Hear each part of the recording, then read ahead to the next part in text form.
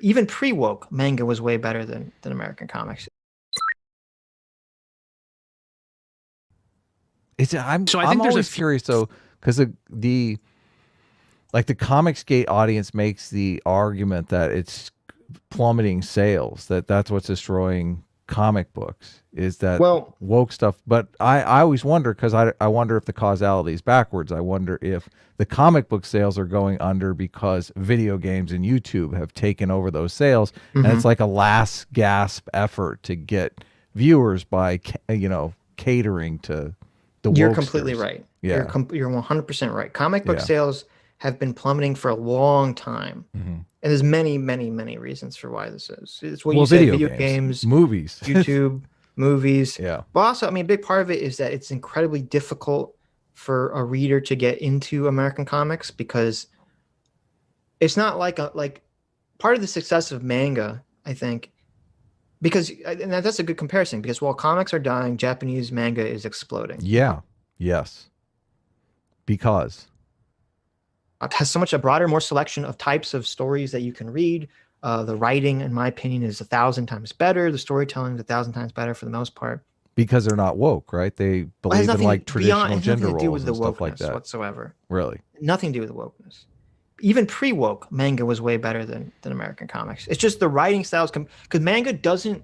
There is comics and manga that is written for children, but it's not dumbed down to be stupid. Right. And a lot of American comics, they are dumbed down to be stupid. They're just not written well. I don't know what it is. The writing styles are so different between American comics and those college manga. kids. They're writing them. The woke college kids just got out of college and they're writing I'm saying even pre-woke stuff. Just throw woke stuff out the window. Manga was crushing comics.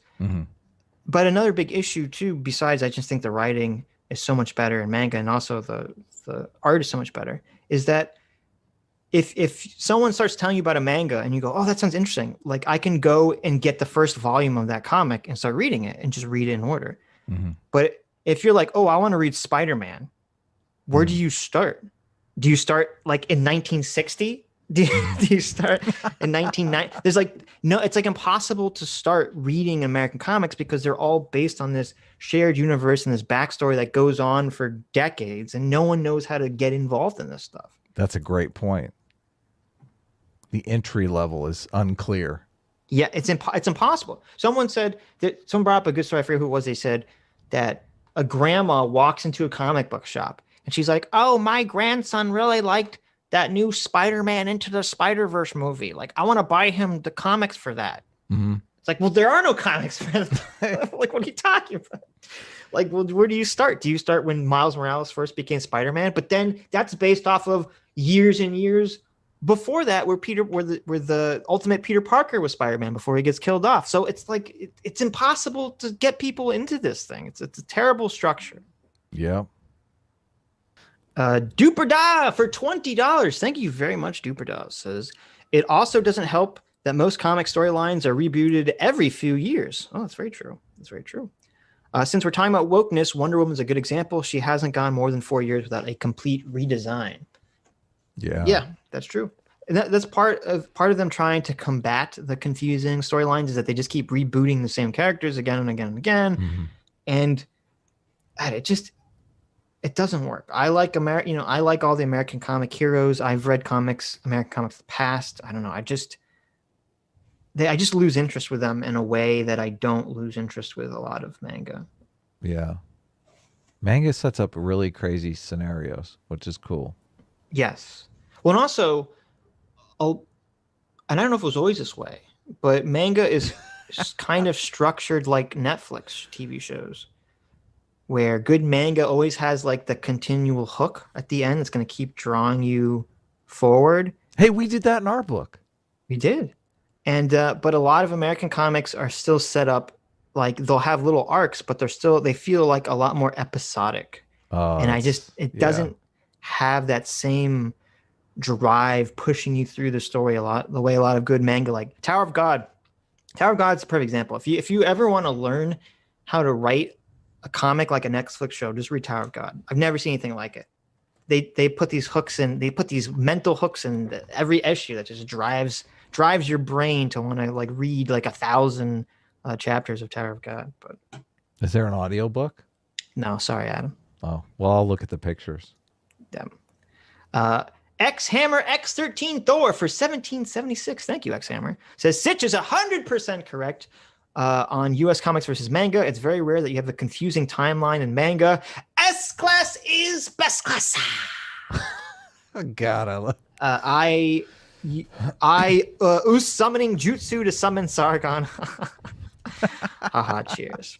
There you go. Summoning new jutsu, yes. Thanato777 for $10 says, my cool cats. The biggest problem with comics is that they're all about the characters because the characters are the moneymakers, while manga seems to be more about the stories. Mm-hmm. A-team for the win. There we go. Exactly. Best case scenario, you get both, though. Best case scenario, you got good characters. Yeah, I was gonna say, I actually kind of disagree with that.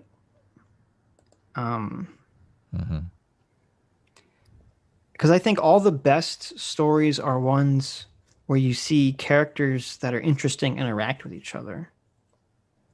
To me, maybe that's just me, but that's where more enjoyable stuff comes from the story, not necessarily the story itself. I don't know. I have to think about that. Craps Spackle. Crapspackle. There you go. I like that. For $5 says woke comics don't sell, but back sell like hotcakes, fella. Is that true? Like old comics are selling like really high right now? Because that would, if that's true, that would lead to the credence that it is woke stuff that's destroying the comic book industry. I think Comicsgate makes a pretty strong argument that it's woke stuff. They're always posting stuff on Twitter that I'm like, is this for what? Well, this is real? Oh my God. I guess here's something I didn't consider, which could be very possible, which is that it's true comics have been on this downturn for the last 20 years. But that was before all these comic book movies started to come out. And you would expect that when all these comic book movies come out, that comic book sales would increase to some amount because of this. Because people watch the movies and they say, I want more of that. Hell yeah. And if that isn't happening, then there probably is a good argument that that's because current comics are woke and terrible and blah, blah, blah, blah, blah. Yeah. So, no, that does make sense. That's the theory. I buy into it. I think it's true. Yeah. I think that I think as someone who's been around a lot of writers, I think like the higher woke level, the less like understanding of human nature people are. And to write good stories, you really have to understand human nature. You have to understand human dilemma. Yes. Stuff like that. And it has to be a dilemma that everyone can relate to. And I just don't. Well, there was a time period where I was reading a lot of comics. And when I was reading it, I noticed the same thing would happen in all the titles. And it really bothered me. Storylines were repetitive. No, not even that. It's that all the story arcs would have these massive buildups for like books and books of buildup. And then it would all be resolved in like 2 pages. Oh, that sucks. It's terrible. It feels terrible like pacing. The worst fucking thing ever. Terrible pacing. Oh, yes. Pacing can destroy something. Disastrous. And I remember there was one comic book arc, a Spider-Man one, that actually didn't do that, where it had all this build up and then the conclusion was the entire last book. And I'm like, perfect. That's all I wanted. Just perfect pacing. Wonderful. Yeah, we got pacing is huge. We're going through our book and doing it basically all together so we get the pacing right.